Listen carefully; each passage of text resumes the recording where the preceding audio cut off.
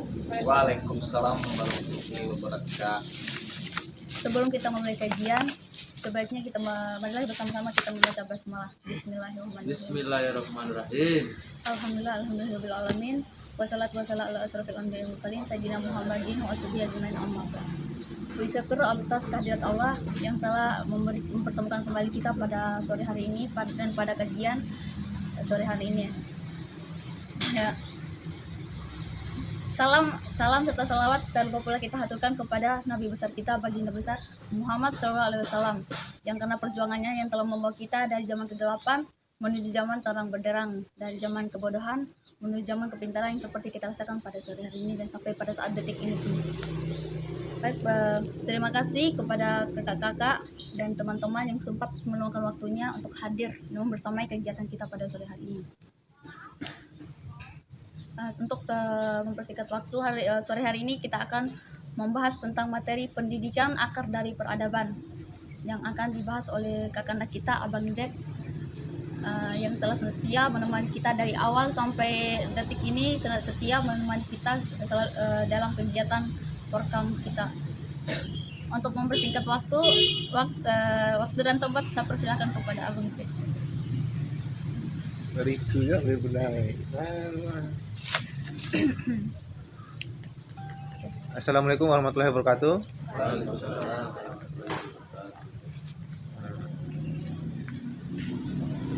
Semuanya ya, muslim ya. Ya, ini ada yang berapa orang? Dua orang. Ya, baiklah. Jadi alhamdulillahirabbil alamin.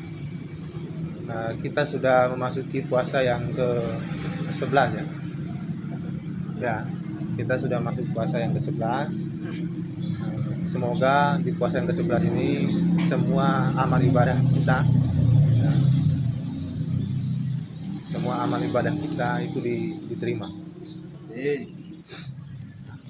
Alhamdulillah, itu merupakan ucapan syukur ya, yang menyatakan segala puji bagi Tuhan yang Maha Kuasa. Artinya tidak ada lagi pujian yang lebih mulia melainkan mengucapkan segala pujinya. Karena kalau kita mau memuji Tuhan dengan seluruh kekuatannya, seluruh keajaibannya, itu tidak bisa kita sebut satu-satu. Tapi dengan menggunakan alhamdulillah, sekaligus kita menyatakan segala puji bagi Tuhan yang Maha Kuasa. Kita semua harus sepakat bahwa tiada lagi yang mengatur bumi ini yang tanpa tiang, tiada lagi yang mengatur pergerakan sel-sel di dalam tubuh kita yang sudah triliunan, selain ada sesuatu, ada faktor eksternal di luar. Faktor eksternal itulah yang bersifat zat, yang bersifat ruhania, di mana kita sepakat dialah sang pencipta.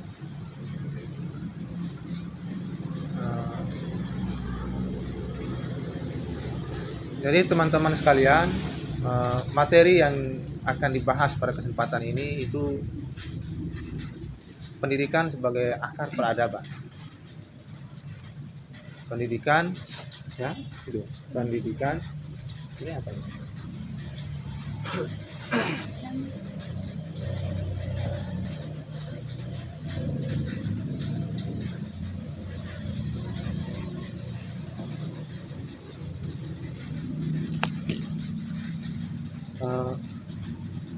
Semuanya kuliah kan?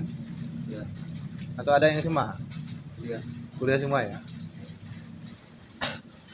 Saya pikir bicara pendidikan itu tidak asing lagi bagi kita. Ya, tidak asing lagi. Itu seperti kita makan nasi setiap hari, itu sama saja kita bicara pendidikan. Yang dimana semua orang pasti melalui pendidikan. Secara sadar dan tidak sadar, semua orang pasti melalui pendidikan. Baik dari terdapat kapanpun manusia itu berada, dimanapun manusia berada dan kapanpun, dia pasti melalui pendidikan. Nah, kita sekarang ini sedang berada dalam pendidikan yang formal, di mana pendidikan itu nanti akan dibagi ya dalam 3 kategori, ada pendidikan formal, informal, sama non formal. Tapi kawan-kawanku di forum komunikasi mahasiswa Manggarai Barat, kita bukanan yang kita mau lihat kembali, maksudnya kita mau tinjau kembali apa pendidikan ini dan bagaimana tujuan yang menjadi hakikat pada pendidikan itu sendiri. Itu yang mau kita tinjau kembali. Jadi yang perlu kita pahami di sini adalah saya yang berada di sini bukan menggurui teman-teman. Dan saya di sini bukan lebih cerdas dari teman-teman, kita semua sama-sama dalam proses belajar mengajar. Nah, pendidikan kalau kita lihat pada pendekatan sejarah, tidak ada sejarah yang mengungkapkan bahwa si ini yang mengungkapkan pendidikan, ya kan? Si A yang menyatakan pendidikan ini.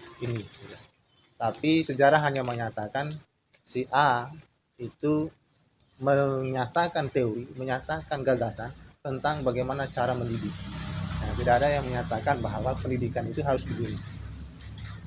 Sepanjang kehidupan manusia,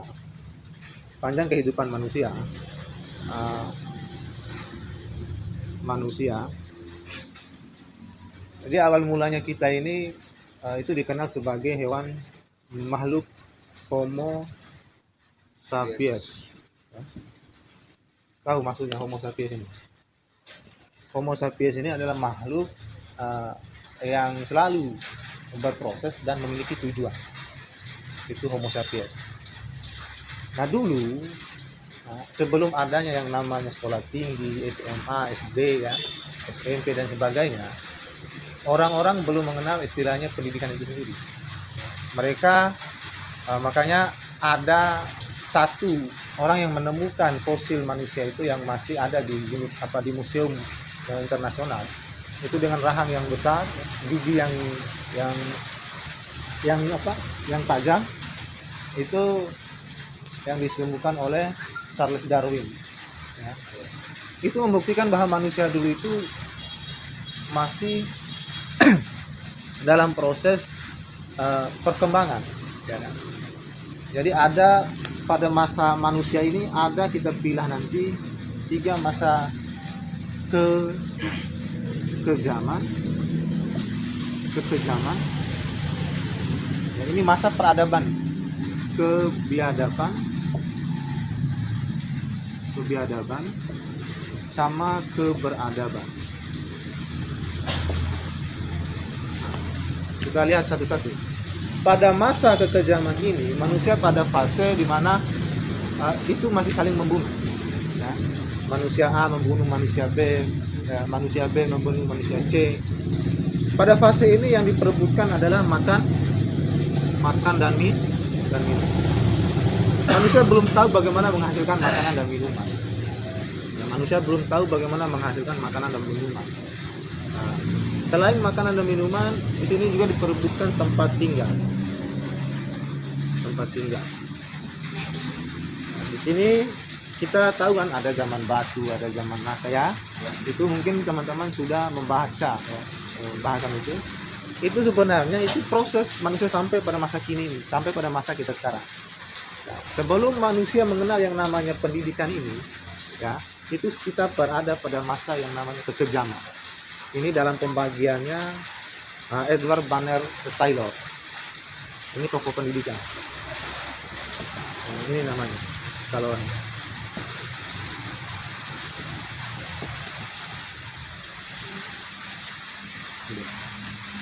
jadi pada masa kekejaman ini, selain makan minum yang diperebutkan tempat tinggal, di sini juga manusia masih belum tahu bagaimana menghasilkan makan minum ini. Ya.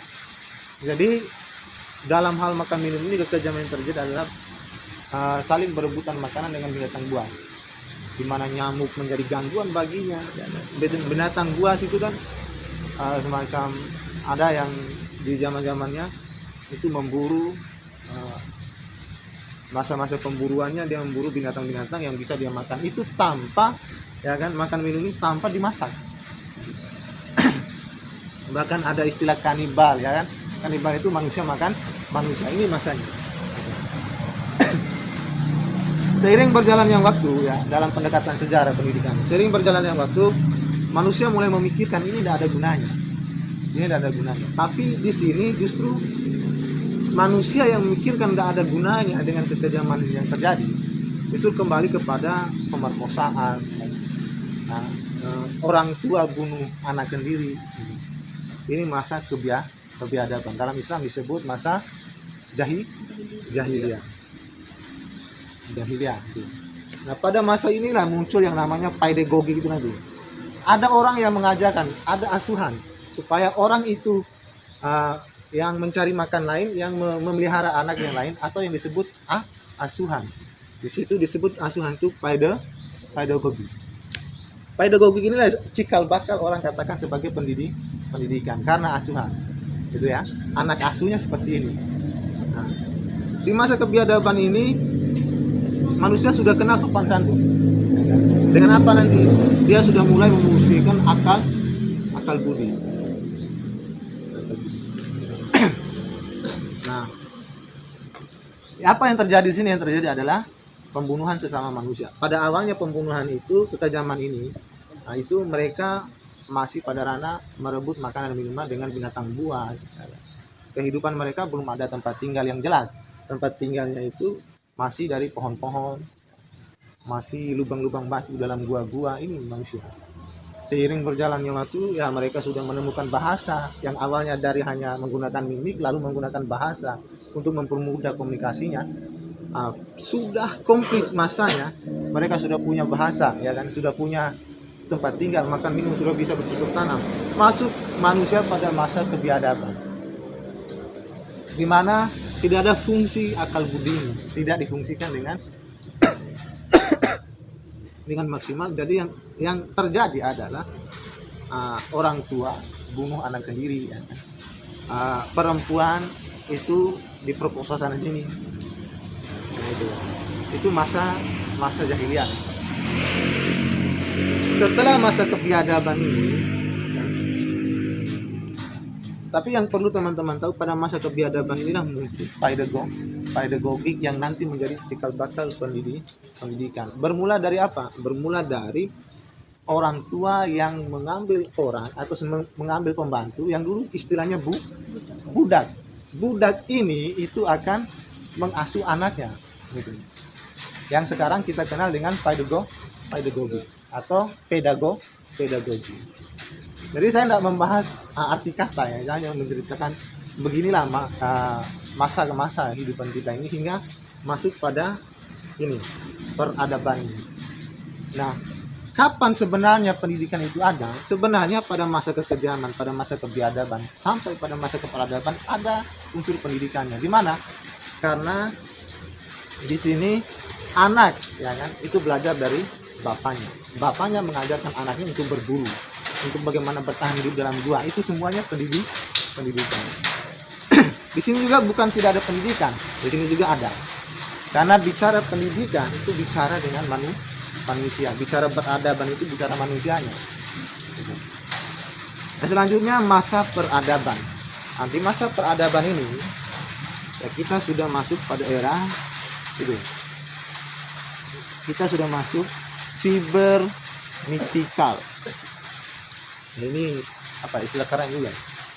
Cybernetikal ini di mana manusia sudah mampu memanfaatkan akal budi tadi dengan maksimal. Lalu di sini ada unsur teknologi, nama teknologi sama data big istilahnya. Ini masa sekarang ini.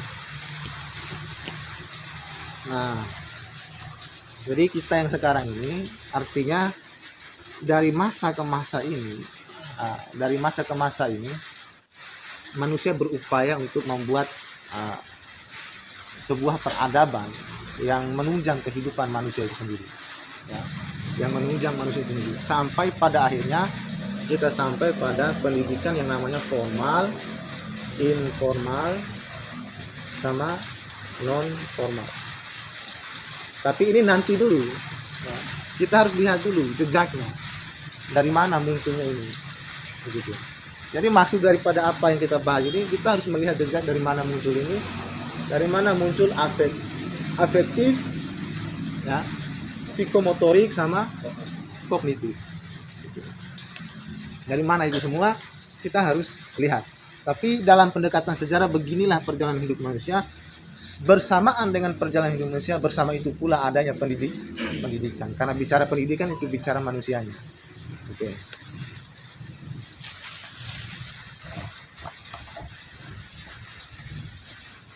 Yang kedua, kawan-kawan, yang kedua kita menggunakan pendekatan filsafat. Pada pendekatan filsafat, ya, pendidikan itu pada pendekatan filsafat itu terbagi dua, ontologi, epistemologi,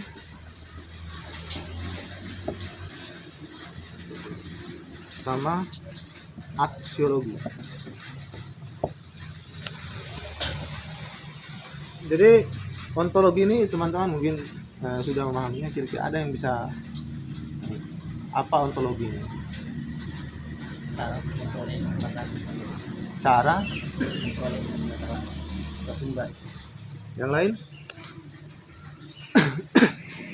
Jadi ada dua aspek yang dibahas ontologi itu, fisika sama metafisika. Nah, ini subjeknya.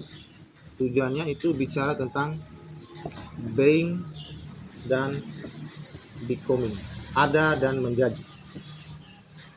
Dia bicara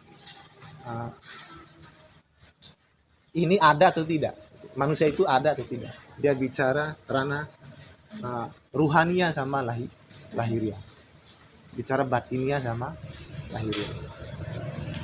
Kita mau lihat loh, ya, kita mau lihat dari mana muncul non formal, afektif, kognitif nanti. Kenapa kompetensi guru itu harus kompetensi profesional, pedagogik dan kenapa seperti itu? Kita mau lihat itu. Jadi dari mana munculnya itu kita harus melihat pendekatan filsafat. Karena semua yang diputuskan itu lahir dari pendekatan filsafat. Jadi teman-teman, ontologi ini bicara adanya sesuatu. Kalau dia melekat merujuk pada bicara manusia, itu bicara adanya manusia seperti apa. Adanya dari mana, ya. Misalnya Chen itu asalnya dari mana, mau kemana, untuk apa gitu. Tujuan dia ada di buka bumi ini, ya. Dia mau kemana dan untuk apa dia datang ke buka bumi. Itu maksudnya di ontologi ini. Dia bicara eksistensi dan esensi. Dia bicara being dan becoming, ada dan menjadi. Itu ontologi. Jadi kalau moderator itu ada di sini kenapa? Ya, itu akan dicari alasannya secara falsafah. Yang kedua itu bicara epistemologi. Tahu nggak epistemologi itu apa? Sumber pengetahuan. Epistemologi itu bicara teorinya. Nah, di sini bicara pengetahuan.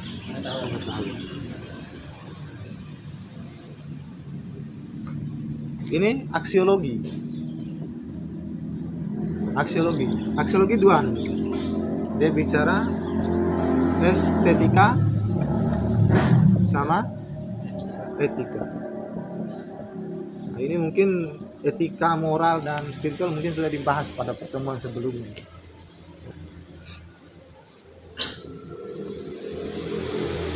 Nah, dalam beberapa buku, mungkin kalian pernah membaca beberapa buku. Di sana ada yang menyatakan sampai 4 pendekatan filsafatnya dalam pendidikan ini. Ada yang tambahannya itu antropologi. Tapi di sini kita lebih melihat, ya, karena bicara pendidikan itu bicara manusia, bicara ontologi itu bicara keberadaan manusia, epistemologi itu bicara pengetahuan, di mana pengetahuan juga itu berbicara tentang hubungan kita dengan apa yang ada di luar kita. Ya, karena akibat ada Anda di luar saya, sehingga sebabnya saya mengetahui Anda. Jadi tidak perlu kita bahas antropologi, karena antropologi sendiri itu bicara kehidupan manusia.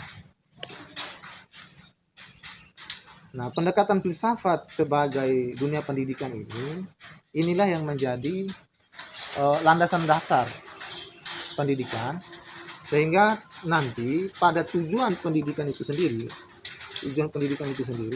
dibagi oleh Benjamin S. Bloom dalam 3 kategori siswa. Nah, ini kalau sudah masuk pada dunia formalnya. Di sana ada afektif, kognitif, sama psikomotorik. Saya rasa teman-teman sudah paham semua maksudnya. Dari segi gurunya apa? Dari segi gurunya itu namanya kompetensi. Di sini apa saja? Profesional.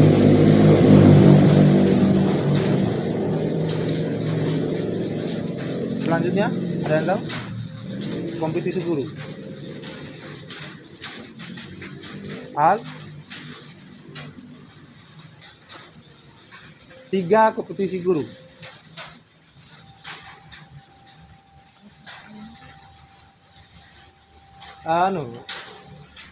Ahyar.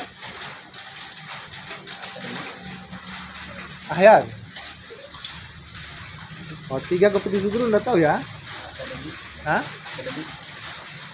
Profesional. Apa lagi? Kan dari Tamsis juga ini.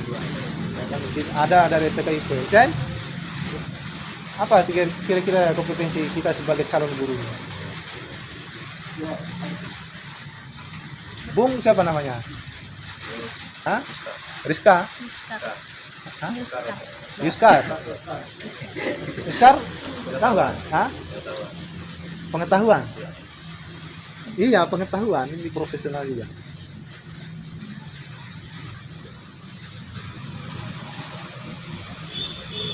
Apa kira-kira? Pedagogi. Apa lagi? Hah? Itu lawannya.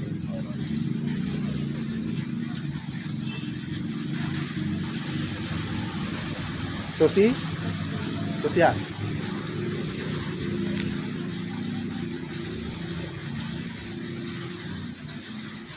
Itu sudah berapa menit?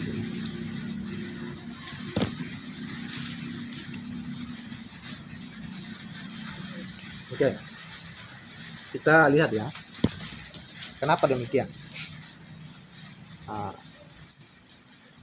Persaingan dunia dalam hal pendidikan ini besar. Tapi kita tidak mau bahas itu. Kita mau lihat bagaimana pemikiran-pemikiran orang tentang pendidikan itu.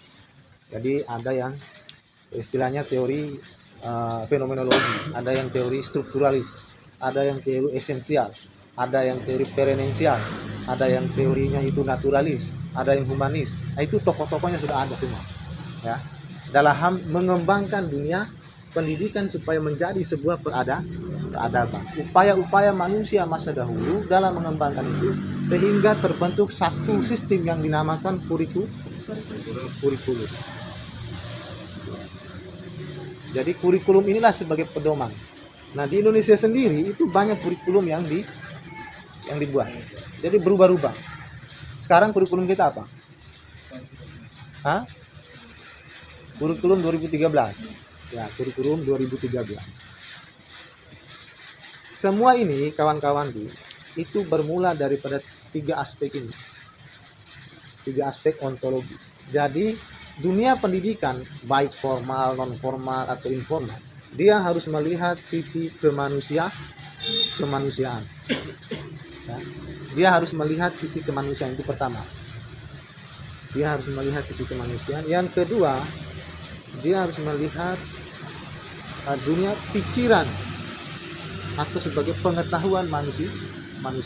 Yang ketiga, dia harus melihat keindahan dan norma masyarakat. Dari 3 hal ini, dari 3 aspek ini,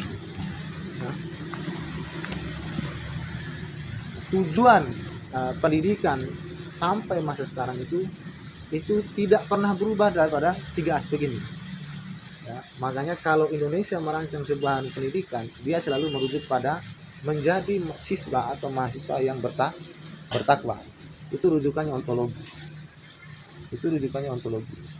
Menjadi siswa atau mahasiswa yang kreatif, itu rujukannya epistemologi. Menjadi mahasiswa yang bermoral, ya kan, punya norma dalam agama, nah itu rujukannya aksiologi.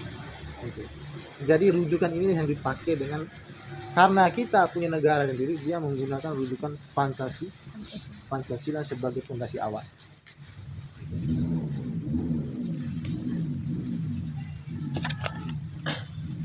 Jadi teman-temanku, ya, pada pendekatan filsafat itu, tujuan sebenarnya pendidikan ini adalah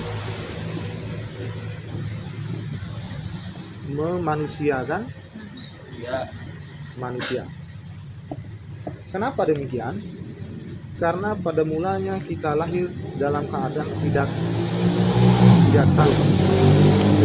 Ya, tidak tahu. Yang ada pada diri kita hanya potensi untuk tahu. Lalu tadi lingkungan memberi warna. Lingkungan beri warna, potensi yang ada dalam diri kita sebagai suatu potensi untuk mengetahui, dia merespon dan itu akan mengarah kepada satu yang batiniah.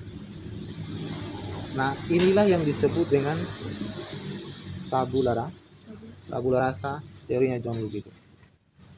Nah, memanusiakan manusia itu sendiri, ya, mengatur manusia untuk menjadi manusia itu, kita butuh harus melihat pada sisi lahiriah dan batinnya. Kita harus mendidik dari segi ini. Yang kedua, kita harus mendidik moralnya. Yang ketiga, kita harus mendidik pengetahuannya. Nah, dalam memanusiakan manusia sehingga menjadi manusia yang beradab, ya kan, nilai yang terkandung itu ada 3. Yang 4, nilai agama, ya. Berangkat dari pendekatan filsafat tadi, nilai yang terkandung itu nilai agama. Terserah agama apa saja, itu pasti ada nilai agamanya. Itu pendekatan apa? Pendekatan ontologi tadi. Ya, berdasarkan pendekatan ontologi itu sehingga manusia merumuskan ada nilai yang mau dicantumkan dalam dunia pendidikan, entah itu pendidikan mau formal, non formal, dan informal. Semuanya tercantum nilai agama. Yang kedua itu nilai moral. Yang ketiga nilai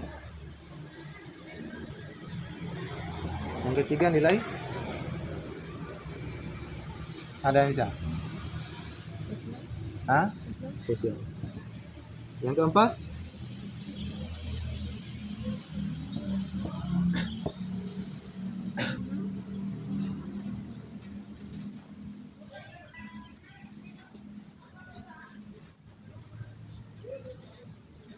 apa? Nilai budaya. Jadi 4 ini itu tercantum pada Undang-Undang Nomor 20 Tahun 2003. Ya. Nah, karena pendidikan itu proses memanusiakan manusia, ya, saya jelaskan. Dengan menggunakan pendekatan filsafat tadi, maka dia harus memiliki nilai, ya, yang diperjuangkan untuk sampai pada manusia yang sebenarnya. Maka nilai yang pertama itu nilai agama. Coba kalian bayangkan kalau manusia tanpa agama, tanpa mengetahui dirinya siapa, dari mana dirinya, gitu. Maka dengan pendidikanlah dia bisa mengarahkan hidupnya. Yang kedua nilai moral. Apa nilai moral? Jadi tidak hanya dia mengetahui sesuatu, tapi dia lakukan dalam hal tindakan dia berdasarkan pendidikan yang dia dapat, itu yang disebut moral. Jadi moral itu nanti ada moral baiknya, ada moral buruknya. Dalam agama moral ini disebut akhlak. Akhlak itu bukan hanya yang baik, ya, Jadi akhlak itu ada dua, ada akhlak mahmudah sama akhlak majmumah. Akhlak mahmudah itu akhlak baik, akhlak majmumah akhlak buruk. Makanya ya kan, dalam agama Islam itu sendiri Rasulullah turun itu untuk memperbaiki akhlak manusia karena ada akhlak yang buruk pada manusia. Sehingga diperbaiki untuk sampai pada akhlakul karimah. Nah, kalau dalam Kristen sendiri itu akhlak cinta kasih. Nah, baru bermoral ini bukan soal banyak orang beragama loh, ya kan? Di sekolahnya diajarkan agama, di rumahnya diajarkan agama, ya kan? Yang Islam misalnya dia mengajarkan bismillah, ngaji dan sebagainya. Yang Katolik misalnya diajarkan baca Injil dan sebagainya. Tapi di kehidupan sosial, ya, di kehidupannya sendiri, dia malah jadi preman, dia malah jadi pemabuk, dia malah jadi pencabul orang, gitu. Kenapa? Ya, karena tidak rutin di pendidikan orang tua atau yang disebut madrasatul ula, pendidikan perdana oleh manusia. Jadi agama itu penting untuk mengukur, ya kan? Agar dia bisa punya keberadaban. Nah, tidak cukup dengan agama, ya kan? Pada nilai kemanusiaan itu harus ada nilai moral. Karena nanti kalau kita menggunakan pendekatan epistemologi tadi, hal tertinggi pada ilmu pengetahuan itu adalah adab. Ketika adab sebagai nilai-nilai yang ada ini menjadi satu acuan pada setiap manusia, itulah manusia beradab. Ketika manusia sudah sangat beradab, itulah yang disebut peradaban. Jadi peradaban itu karena manusia yang hidup, kita saja yang ada di sini, itu yang disebut peradaban. Kalau kita di sini itu semuanya beradab. Itu peradaban itu. Pertanyaannya, apakah kita sudah beradab? Tidak ada. Hah?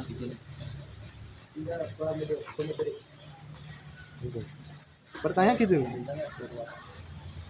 Nah, selanjutnya nilai sosial. Ini penting loh kawan-kawan. Nilai sosial ini perjuangkan dalam dunia pendidikan, ya. Nilai sosial ini, ya, tadi kita sudah bicara agama, moral, sosial. Banyak yang beragama misalnya. Yang agama A menista agama B, agama B mencaci agama A, ya kan? Di dalam agama A, ya kan? Kita lihat misalnya Islam sendiri. Di dalam Islam misalnya Ustadz A caci Ustadz B caci Ustadz C, ya. Ya kan? Ini ada di nilai sosial. Dia memang punya pengetahuan agama, punya moral, tapi dia tidak punya nilai sosial. Apa yang diperjuangkan itu toleransi, menerima perbedaan, gitu. Kalau dia punya agamanya, punya moralnya, ya kan, secara individunya, kalau tidak melihat nilai sosial yang baik, bagaimana dia bertoleransi dengan agama lain, dengan individu lain, dengan kelompok lain, maka seenaknya dia mencaci yang lain, tidak menerima perbedaan, ya kan? Tidak menerima perbedaan sama saja melawan Tuhan, melawan penciptanya. Kita di sini saja ada yang hitam, ada yang putih, ya kan? Ada yang tinggi, ada yang pendek, ada yang kurus, ada yang gemuk, gitu kan? Ada yang pesek hidupnya, ada yang mancung hidupnya, ada yang perempuan dan ada yang laki-laki. Itu apa? Itu sunatullah, itu perbedaan. Yang tidak menghargai perbedaan, ya kan? Misalnya yang putih menghina yang hitam, yang pendek menghina yang tinggi menghina yang pendek. Maka kapan terjadi kehidupan sosial yang makmur dan sejahtera itu? Sebagaimana yang ada dalam cita-cita Undang-Undang Dasar 1945. Kapan terjadi itu? Jadi dengan pendidikanlah, ya kan? Dengan pendidikanlah itu bisa terwujud. Itu bisa terwujud. Manusia beradab. Yang keempat itu bicara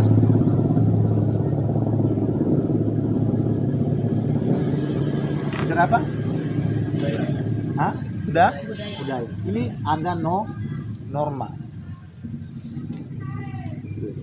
Kita sudah sosial, ya, moral. Kita sudah punya ini. Ini yang diperjuangkan di dalam pendidikan itu, baik formal, non formal dan informal. Budaya apa yang diperjuangkan? Di sini bicara adat istiadat, bicara tradisi. Dalam dunia pendidikan, makanya ada istilah mulog itu, mata pelajaran mulog itu karena diperjuangkan nilai budaya di dalamnya. Apa nilai budayanya? muatan lokal. Ya. Kalau di Manggarai apa itu budayanya? Ya kerajinan songke misalnya. Ya kan? Di Bima misalnya dengan tembeng goli. Ya. Di muatan lokal sekarang justru bukan itu yang diperjuangkan, bukan nilai budaya tapi nilai makan dan minum. Kalau masalah mulo, ya kan, guru-gurunya bukannya suruh buat yang berbau budaya, tapi bikin nasi goreng, ya kan, ada buat kue terbalik dan sebagainya. Ya.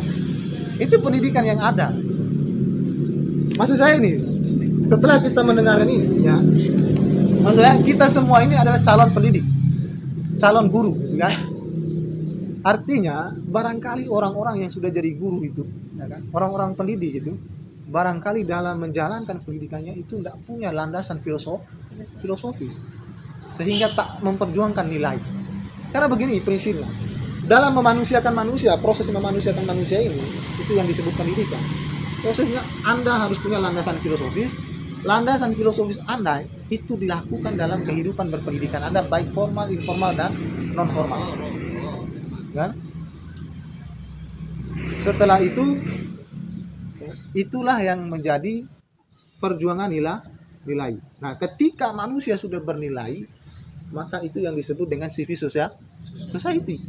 Dalam bahasa Arab disebut madani, masyarakat sadar nilai. Dari mana? Dari pendidikan. Masyarakat sadar nilai yang dari pendidikan ini, itu yang disebut masyarakat yang berada. Karena punya nilai.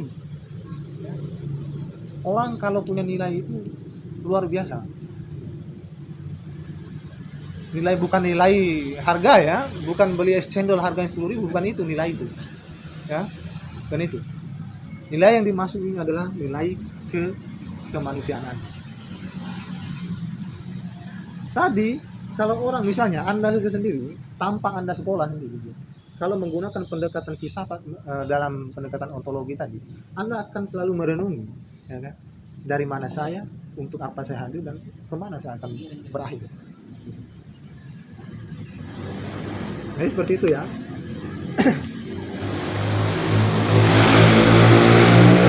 Kalau kalian mau belajar kali tentang cita-cita negara ini, ya ada. Jadi misalnya tentang tujuan pendidikan Indonesia sendiri itu ada di Undang-Undang Nomor 20 Tahun 2003. Kalau di GBHO-nya, GBHN itu ada di TAP MPR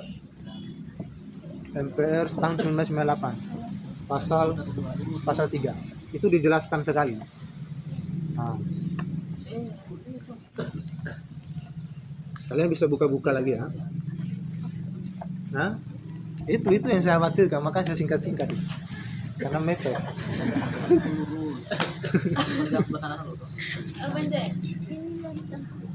Masa? Oh.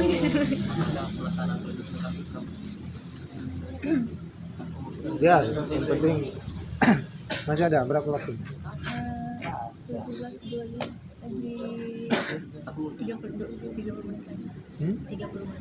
30 menit lagi. Oke.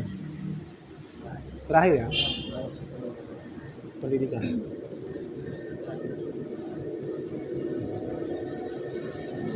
Jadi Chen, kamu nanti kan guru fisika itu.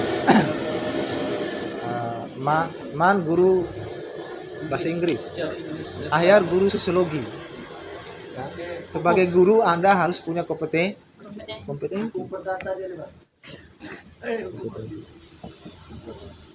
Ya. Yang diperjuangkan itu tadi adalah nilai. Nilai ini dalam pendekatan Benjamin S. Bloom itu jadi afektif, kognitif, tahu maksudnya nih, sama psikomotorik. Dari mana afektif? Ya, kenapa kita harus bersikap bermoral itu? Itu karena pendekatan ontologi.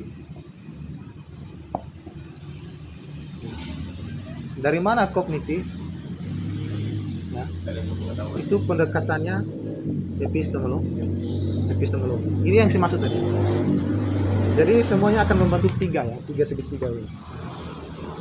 Dari mana ini? Nah itu bicara aksiologi. Ini sumber landasan filosofisnya. Psikomotorik ini bicara apa dia? Hah? Keterampilan, perilaku. Di aksiologi itu bicara etika dan estetika, keindahan dan etika. Estetika. Nah, dia bicara nilai keindahan. Dia bicara baik dan buruk. Itu bicara psikomotorik. Di kognitif itu bicara pengetahuan. Itu bicara epistemologi. Di afektif itu bicara apa? Sikap, attitude. Ya. Attitude, ya kan? Bahasa Inggris attitude. Kira-kira begitu, ketua ya. Ya. Jadi dia landasan filosofinya adalah ontologi. Nah, dari sini juga, ya kan? Landasan ini para pendahulu kita Indonesia membaginya menjadi, ya kan? Pendidikan itu non formal, informal. Tahu informal itu apa? Formal. Jadi bukan semua lembaga pendidikan itu adalah pendidikan, bukan. Jadi pendidikannya bukan hanya di sekolah, bukan hanya di perguruan tinggi. Pendidikan itu ada di non formal, ada di informal. Non formal ini yang istilah kalau dalam buku-buku itu ya tidak resmi ya. Tidak resmi itu misalnya itu tidak duduk di luar daripada pendidikan formal. Informal itu bicara didikan orang tua, didikan awal kita. Jadi semuanya akan menggunakan pendekatan ini. Nah dari ini juga, ya, nanti kita akan menggunakan tiga cara, begitu. Sebagai guru, apa sih tadi? Sosial, profesional, sama pedagogi. Sosial itu bicara kamu yang memperjuangkan nilai kesosialannya. Pedagogi kamu memperjuangkan epistemologinya. Bagaimana Anda bisa merubah anak-anak itu dari kognitifnya, dari afektif dan psikomotoriknya, kalau Anda tidak punya kompetensi profesional, tidak punya kompetensi pedagogi, tidak punya kompetensi sosial. Kenapa? Karena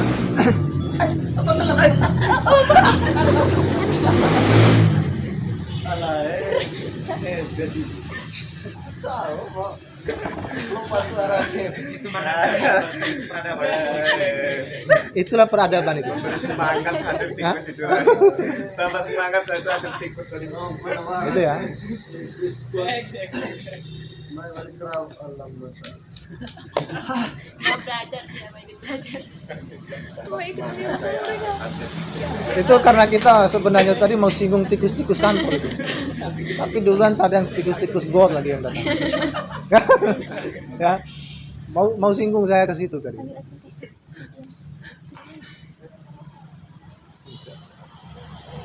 Itu ya, yang terpenting itu karena waktu sangat mepet ini. Sebenarnya panjang pembahasannya. Jadi saya singkat-singkat saja dan itu penting poin-poin semua. Sebenarnya tadi saya mau bahas semua teorinya.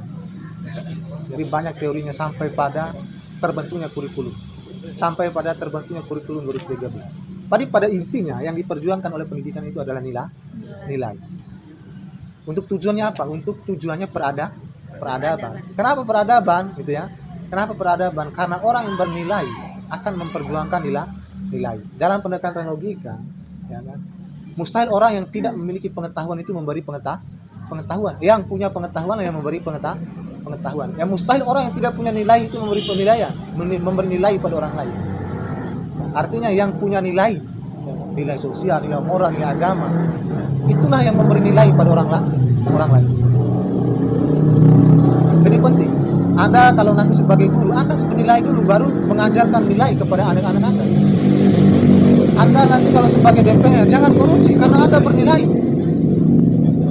Kalau pertanyaan kenapa banyak DPR, banyak yang korupsi, itu karena tidak diperjuangkan nilai.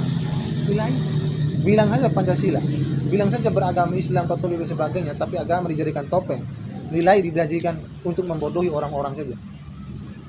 Itu karena pendidikan sudah tidak menggunakan landasan filosofis.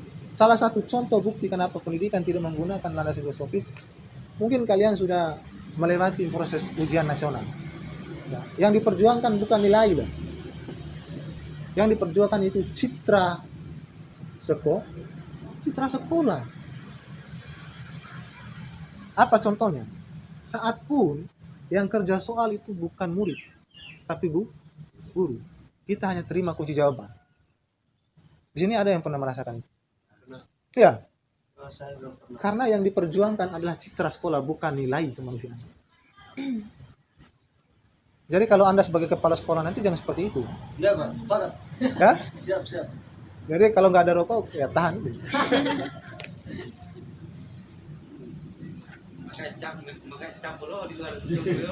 Nilai ini. Itu yang paling penting kita perjuangkan dalam dunia pendidikan. Nah, yang selanjutnya dalam dunia pendidikan itu udah harus baku semuanya. Ya kan? Contohnya apa? Kurikulum kita kan berubah-berubah itu. Ada kurikulum 1924, ada kurikulum apa? Kok udah paham ini kurikulum? Hah? Ya, apa lagi? 2008 KTSP sampai pada 2013. Kalau kurikulum 2013 tidak cocok, ya kan? Maka dirubah lagi. Kenapa? Kurikulumnya bisa kita rubah. Kita sesuaikan dengan perkembangan zaman. Tapi pendidikan sebagai dasar untuk memberi nilai pada yang lain sehingga terjadi proses memanusiakan manusia, itu tidak bisa hilang. Kurikulum bisa berubah, tapi dengan tujuan untuk memberi nilai untuk sampai pada proses memanusiakan manusia. Itu pendidikan. Kurikulum berubah setiap saat. Sebenarnya pendahulu kita, orang tua kita, dalam hal merubah kurikulum ini untuk bagaimana supaya nilai ini benar-benar sampai pada anak-anak. Nah, begitu ya pendidikan. Jadi jangan asal bicara saya berpendidikan. Kalau Anda bicara saya berpendidikan, arti Anda sudah manusia yang sempurna itu. Saya berpendidikan, saya sarjana ya. Iya, kamu sarjana karena dibuktikan oleh ijazah. Tapi belum tentu Anda itu orang-orang bernilai yang menggunakan pikiran yang cerdas. Itu belum tentu. Makanya wajar Rocky Gerung berkata itu ya, ijazah itu tanda Anda sekolah, bukan tanda Anda berpikir. Itu wajar. Karena sekarang ijazah saya sudah bisa dibeli, ya kan? Nah, teman-teman sekalian, itu sekelumit ya. Kita ini dikejar waktu juga. Jadi untuk sampai pada nilai tadi, siapapun manusianya, siapapun, agar sampai pada nilai sehingga nanti disebut peradaban dan terwujudnya pendidikan itu sebagai akar peradaban, kuncinya adalah belajar.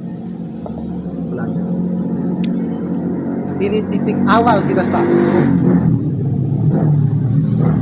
Ada nggak orang yang sukses tanpa sekolah di perguruan tinggi? Ada, banyak. Ada nggak orang tidak sekolah tapi namanya sekarang diagung-agungkan? Banyak, ya kan? Di astronomi misalnya Galileo Galilei, di filsafat misalnya Socrates, ada Plato, di kedokteran ada Ibnu Sina, di logika ada Al-Farabi. Jadi banyak orang-orang yang tidak sekolah menyenyam dunia pendidikan yang valid, yang formal, tapi bisa menjadi besar. Di biologi misalnya ada Anthony Leeuwenhoek, tidak tamat SD tapi bisa membuat mikroskop sederhana. Itu ya. Maksudnya bukan berarti karena tidak sekolah, tidak menyenyam dunia pendidikan formal, Anda berhenti belajar. Artinya kunci Anda sukses dan merubah peradaban dunia itu adalah belajar. Kita lihat kisah-kisah dalam agama misalnya, Nabi Isa atau yang disebut Yesus itu, dasar dia jadi bisa merubah peradaban pas itu karena dia sudah belajar. Dia belajar dari apa? Dia belajar dari kitab-kitabnya yang ada, yang dia dapatkan di Bukit Tursi. Dia belajar di situ. Nabi Muhammad dia belajar di mana? Dia belajar di Gua Hira. Diajarkan langsung oleh malaikat Jibril. Ya kan? Itu yang disebut dengan Iqra. Nabi yang mendirikan agama Buddha atau yang disebut Siddhartha Gautama, dia belajar di mana? Dia belajar di hutan. Perancis misalnya Napoleon Bonaparte yang punya filosofi begini. Kamu bukan rakyat saya kalau kamu tidak mengkritik saya. Dia belajar di mana? Dia belajar di hutan. Semua orang yang merubah peradaban dunia ini itu bermula dari belajar. Jadi kalau Anda berhenti belajar, maka berhenti juga pendidikan. Jadi kata kunci Anda bisa sampai pada peradaban tadi dan Anda bisa bernilai itu dimulai dari belajar. Apa-apa, ya kan? Sehingga apa-apa nanti itu semuanya dari belajar. Sehingga Anda bisa beradab, Anda bisa diangkat derajatnya karena berilmu, Anda bisa dihargai orang di dunia sosial, itu karena Anda sudah belajar. Sederhananya membuat kopi saja, kalau Anda tidak belajar cara buat kopi, Anda tidak akan pernah bisa buat kopi. Gitu ya. Jadi ini singkat saja. Jadi teman-temanku atau adik-adikku sekalian, akhirnya saya ingin mengatakan jangan lupa belajar. Karena belajar itu adalah kewajiban utama bagi setiap manusia tanpa memandang ras, agama, dan suku. Semua manusia wajib belajar. Sebelum Anda menjalankan ibadah agama, ritual agama, kehidupan bersosial, bermoral, dan bernorma, berbudaya, semua harus dimulai dari belajar. Karena kalau Anda tidak belajar, Anda tidak akan mengerti apa yang Anda jalankan. Anda sebut saja demokrasi, tapi Anda tidak tahu demokrasi. Anda sebut saja Indonesia, ketika ditanya tentang Indonesia, tidak tahu tentang Indonesia. Kenapa? Karena tidak dimulai dengan belajar. Maka dari itu, kawan-kawanku, teman-teman sekalian, jangan pernah lupa belajar. Akhirnya, akhir kata saya ingin mengucapkan, billahi taufiq wal hidayah, wassalamualaikum warahmatullahi wabarakatuh. Semoga ini bermanfaat untuk kita semua. Saya kembalikan kepada moderator. Baik, terima kasih kepada pemateri. Untuk selanjutnya mungkin ada yang bertanya. Tanya Gus. Yang mau bertanya. Baik, Mungkin sedikit. silakan Kak. Oke, ya. Terima kasih kepada moderator yang telah memberikan kesempatan. Juga terima kasih kepada Kakanda Jack yang alhamdulillah pada kesempatan ini sangat berantusias dalam rangka melaksanakan kajian. Saya sangat menarik sekali apa yang terjadi di antara saya, di mana di sini kita belajar pendidikan. Ada dua aspek yang diambil, yaitu aspek pertama filosofis, itu sejarah tadi, dan kemudian adalah aspek ucapan. Nah, kalau di aspek filosofis mungkin saya sangat paham gitu kan, sedikit masuk akal. Yang saya tidak tadi yang legal fokus yaitu aspek filsafat. Nah, pertama di situ tadi dijelaskan ontologi. Ontologi itu adalah seperti yang dijelaskan tadi, yaitu Kakanda Jack tadi menjelaskan tentang ada dan tiada. Nah, Ada dan menjadi. ada dan menjadi, ada dan menjadi, dan kemudian epistemologi tentang pengetahuan dan aksiologi adalah bagaimana aktualisasi atau etika dan etika. Nah, itu berawal daripada kata pendidikan, kan gitu. Nah, tadi kunci dasarnya itu adalah belajar. Nah, begini kayak kan mohon maaf, berbicara sepengetahuan madani, pengetahuan ontologi, terus kemudian epistemologi, aksiologi itu adalah memang korelasinya dengan ada kaitannya dengan pendidikan gitu kan. Tapi di situ mencakupi apa dalam apanya itu secara universalnya itu adalah ilmu pengetahuan itu sendiri. Nah, maksud saya di sini adalah untuk mencapai ataupun karena tema daripada kegiatan kita pada pada sore hari ini adalah pendidikan adalah akar daripada peradaban. Nah, kalau kita melihat filosofis, ya betul. Maksud saya adalah bagaimana upaya kita gitu kan. Itu kan sejarahnya. Kita sekarang itu adalah hidup di fase menikmati sejarah, dan kemudian bagaimana upaya kita sebagai, apalagi kita ini adalah pendidikan gitu kan. Upaya kita supaya melakukan inovasi baru ataupun inovasi terhadap epistemologi yang kita miliki atau pengetahuan yang kita miliki untuk merubah paradigma sehingga tercapainya kata pendidikan akal daripada peradaban itu sendiri.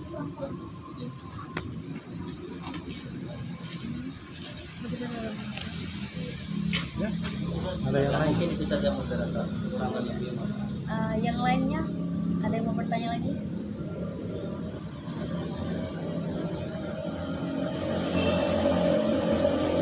Apakah sudah tidak ada? Tidak ada. Mungkin bisa langsung dijawab oleh Bang Jack.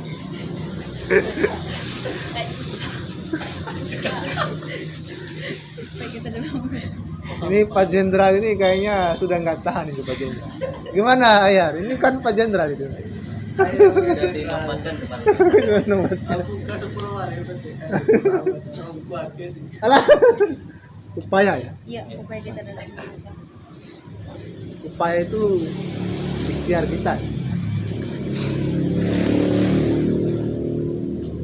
Ah, kalau upaya kita ini kan bicara di pendapat saya atau Mohon maaf Nanda. menurut saya atau secara keseluruhan ya. Ya secara gitu maksudnya kan sudah kita tahu tadi bahwa setelah kita memformulasikan daripada data nilai agama, sosial, budaya dan moral tadi Ya, itu adalah bentuk daripada eksistensi daripada pendidikan itu sendiri. ya, Nah kemudian, setelah itu di 4 aspek ini ataupun 4 item ini mampu dilakukan untuk mencapai aksiologi itu sendiri. Aksiologi yaitu pemanfaatan tadi yaitu etika dan estetika. Nah upaya dari 3 aspek ini untuk mencapai untuk melakukan inovasi baru agar terbentuknya pendidikan adalah akar daripada peradaban itu sendiri. ya. Jadi pendidikan tadi ada 3 ya kategori. Ya. 3 itu ada yang formal, ada yang resmi, ada yang tidak resmi, ada yang informal. Dalam pendidikan itu sendiri, yang di formal sendiri itu memperjuangkan nilai, itu memperjuangkan supaya siswanya itu jadi afektif, kognitif sama psikomotorik. Dalam KTSP, dalam kurikulum KTSP ya, kurikulum KTSP itu sendiri itu diperjuangkan awalnya bukan afektif, tapi kognitif, afektif sama psikomotorik.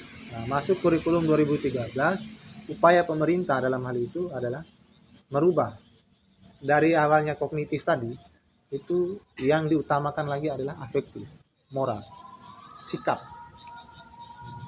Itu kita yang diutamakan. Itu 2013.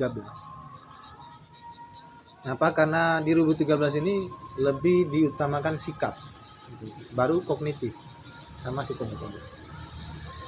Nah, teman-teman sekalian, dalam upaya ini, ya, dalam upaya ini ada upaya, kita lihat Indonesia ya, ada upaya belajar merdeka. Pernah dengar istilah belajar merdeka ini? Ini masa kini, ini bicara masa kini. Ini upaya pemerintah. Apa yang diperjuangkan?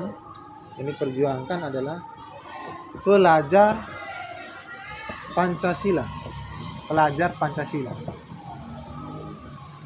Nanti akan dirilis itu tahun ini tanggal 6 Mei. Kalian akan baca nanti. Tapi saya bocorkan dulu langsung. Pelajar Pancasila. Ini target Nadiem Makarim, target pendidikan kita Indonesia ini dengan menggunakan kurikulum 2030. Yang pertama, dalam hal pelajar Pancasila ini, yang pertama itu menjadi mahasiswa atau siswa yang mempercayai Tuhan ya, atau bertakwa kepada Tuhan yang Maha Esa. Yang pertama.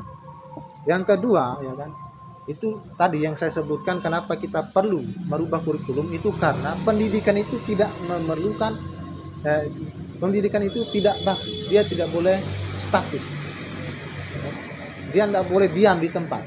Makanya pendidikan itu harus merubah cara-caranya sesuai zaman. Nah sekarang pada zamannya sekarang ini di mana TikTok ya kan yang serba buka-bukaan, perempuan serba, di mana snack video, ya kan? Di mana game yang selalu mendominasi pada setiap generasi bangsa ini, ya. Jadi kita harus utamakan tadi. Sebenarnya sama, dia tetap kembali pada nilai, sama. Tapi ya memang betul. Pertanyaannya upaya. Saya lihat upaya negara ini itu menggunakan pendekatan pelajar Pancasila ini. Yang kedua, mahasiswa atau pelajar yang kreatif. Yang ketiga, mahasiswa atau pelajar yang mandiri. Yang keempat, pelajar atau mahasiswa yang berbudaya. Itu yang diupayakan. Awalnya landasannya adalah bertakwa. Nah, karena di Pancasila itu pada poin 1 itu kan ketuhanan yang maha esa. Ini. Kalian bisa cek sendiri di Belajar Merdeka. Nah, kalau di kampus disebut Kampus Merdeka. Kalian bisa cek sendiri. Itu kebijakan baru pemerintah Indonesia. Ini dalam upaya tadi. Dalam upaya supaya Indonesia ini benar-benar sampai pada orang yang bernilai. Berangkat dari itu, dia tidak boleh lupakan agama sebagai nilai ontologi. Nah, kenapa harus mandiri kritis ini? Karena kita hidup di zaman ini dulu, ya saya kasih contoh sederhana. Dulu itu sulit sekali cari toko dan hanya beberapa orang yang punya toko, ya kan? Hanya beberapa orang, yang itu orang-orang yang bermodal. Sekarang Anda sendiri yang penting punya HP Android, Anda sudah bisa buat toko. Ya, Anda tinggal download aplikasinya buat toko. Dulu kita itu kalau nonton film Malampir, ya kan, itu sampai sewa-sewa 3 orang 1.000 gitu. Nonton film, karena yang punya TV cuma 1-2 orang di kampung-kampung. Sekarang orang itu bukan lagi cari untuk nonton film, tapi buat film sendiri. Ya, ya kan? Itu. Inilah zaman yang harus kita Itu. Zaman tidak enak. Zaman masa kini kita harus kreatif. Kita harus kritis. Kreatif, kritis menghadapi problema sosial. Karena begini loh kawan-kawanku.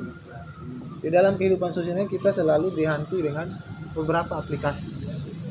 Ya kan? Ada snack video yang menjanjikan uang, gitu. Ada TikTok, ya kan? Yang selalu dipergunakan untuk buka-buka kemaluan oleh perempuan. Ada game yang kalau dihilangkan gamenya ada yang bunuh diri dan sebagainya. Maka di situ Anda juga adalah pendidik sebagai yang dikatakan Ki Hajar Dewantara, jadikanlah semua tempat itu sekolah dan jadikanlah semua orang adalah guru. Maka dari itu upaya kita, ya, kawan siapa namanya? Sulaiman. Kawan Sulaiman, upaya kita dalam hal belajar Pancasila tadi ini. Anda datang ke sini dan duduk di sini belajar bersama bagaimana itu pendidikan, termasuk upaya kita dalam mencerdaskan kehidupan bangsa. Bisa ya? Itu upaya. Anda undang saja orang-orang untuk belajar di kos Anda, di mana-mana Anda untuk belajar saja. Anda sadarkan teman-teman. Nah, upaya selanjutnya tidak sampai pada sini, karena sebelum Anda masuk dunia pendidikan, Anda itu pada fase di tangan orang tua. Makanya perketat madrasatul ulanya. Orang tua harus benar-benar maksimal mendidik anak-anak. Ya. Kalaupun anak-anaknya itu hobinya main game, main TikTok dan apa, silakan, tapi dibatasi waktunya. Jangan berhari-hari, jangan berjam-jam itu. Bukan melarang. Kita kan bukan harus menolak perkembangan zaman, tapi kita harus memanage. Kita harus mengatur. Jadi dari sini. Kalau dari sininya gagal, itu saya lihat masuk di SD, SMP itu bisa gagal juga. Kalau dari orang tuanya sudah acuh tak acuh, anaknya pencuri, lepas saja. Orang tua anaknya ngomong kasar, lepas saja. Anak yang begini. Mau yakin sih, sampai di sini dia, dan sampai di kuliah, kalaupun dia kuliah mungkin jadi mafia besar. Karena tidak ada didikan dari awal, tidak ada didikan madrasatul ulan. Saya kira begitu, kawan. Sedikit saya Silakan. Oke. Terima kasih atas penjelasannya. Di situ sudah kita menarik bahwasanya pendidikan itu adalah berbicara tentang nilai, yaitu bagaimana seperti yang dijelaskan oleh Kakanda tadi, bahwasanya puncaknya itu adalah nilai. Upaya yang saya maksud tadi adalah seperti yang kita ketahui, nilai itu ada dua kan, baik dan buruk. Nah kemudian itu adalah serangkaian yang dijelaskan oleh Kakak tadi, serangkaian tentang definisi daripada kata pendidikan sebagai akar peradaban. Nah, untuk mencapai nilai ini yaitu lewat beberapa metode tadi, yaitu seperti yang dijelaskan di bawah tadi itu apa itu? Nah, maksud saya gini, upaya berbicara nilai itu adalah berbicara baik dan buruk, karena itu adalah nilai. Nah, untuk mendapat sebuah nilai ini kan kita lari ke filsafat ya kan, maksudnya kan dari kata ontologi itu tadi gitu kan, berbicara baik dan buruk kan, nilai tentang etika dan estetika itu nilai kan ya kan, manfaat daripada ataupun puncak daripada ilmu pengetahuan, maksudnya bagaimana upaya kita melakukan sebuah tindakan berdasarkan ilmu pengetahuan yang dimiliki. Adab ini diperjuangkan dengan nilai, bukan nilai baik dan buruk. Jangan pahami nilai itu baik dan buruk. Tadi yang dibahas di aksiologi itu bukan nilai baik dan buruk, tapi etika itu menyatakan benar apabila itu benar, menyatakan salah apabila itu salah, itu etika itu. Sedangkan estetikanya itu bicara keindahan. Ya paham, Ya. paham kan, maksudnya kan untuk mengetahui, maksudnya kan etika itu kan tingkah laku. Nah, untuk mengetahui baik dan tidaknya sebuah tingkah laku itu lewat nilai tadi kan, maksudnya ada istilahnya nilai baik dan buruk, atau bukan begitu kan? Enggak. Ya. Maksudnya Begitu dia. enggak, maksudnya kan etika baik seperti yang dijelaskan tadi adalah ada akhlak terpuji dan tercela gitu kan. Itu akhlak. Iya, maksudnya akhlak itu kan bagian daripada etika, maksudnya. Bukan. Beda. Makanya pada pertemuan pertama itu kita sudah kupas antara akhlak dan moral, antara etika dan moral. Etika sama moral itu beda. Akhlak itu beda. Makanya jangan disama-samakan. Ya, maksudnya etika itu tadi kan etika itu adalah bagaimana moral kita. Itu beda. Jangan sampai pada bagaimana moral. Ya etika, moral. Beda. Apa definisi etika kalau gitu kan? Nah ini. Definisi etika. Nah, jangan. Etika itu bicara Anda menyatakan baik dan buruk. Nah, Baik, benar apabila itu benar dicatakan benar. Salah apabila itu berarti tidak melirik kata nilai di situ ya. apa? Semua tadi 3 bagian falsafah itu bicara tentang nilai. Nah, paham. Nah, itulah maksud saya, karena maksudnya 3 bagian itu untuk berbicara nilai. Upaya untuk memasuki kata nilai ini, baik nilai baik maupun nilai buruk, kira-kira seperti apa ya itu maksudnya? Upaya memasukkan di mana? Upaya untuk mendapatkan kan penjelasannya tadi bahwa pendidikan adalah akar daripada peradaban. Ya. Oke. Nah, pendidikan ini kita bahas secara setelah kita kupas secara bersama, itu pendekatan filsafat. Ya, Pendekatan filsafat itu ada istilahnya tadi adalah ontologi, ya, terus epistemologi dan aksiologi. aksiologi. Nah, puncak daripada pendidikan itu adalah etika daripada dan estetika. Maksudnya Bukan puncaknya itu. maksudnya ilmu yang kita miliki ataupun yang kita dapat ya dari kata epistemologi dan ontologi tadi adalah akan bertindak berdasarkan kita bertindak itu berdasarkan ilmu pengetahuan yang dimiliki ya. Begitu kurang lebih kan, maksudnya kan segala ilmu pengetahuan yang kita miliki adalah bagaimana upaya kita itu bukan saja ilmu pengetahuan yang kita miliki adalah untuk disimpan, tapi dilakukan dengan cara tindakan gitu. Nah, maksud saya tadi adalah karena itu adalah puncak kita menjelas tadi bahwa belajar. Nah, upaya untuk melakukan upaya pendidikan ini untuk sebagai akar daripada peradaban maksudnya.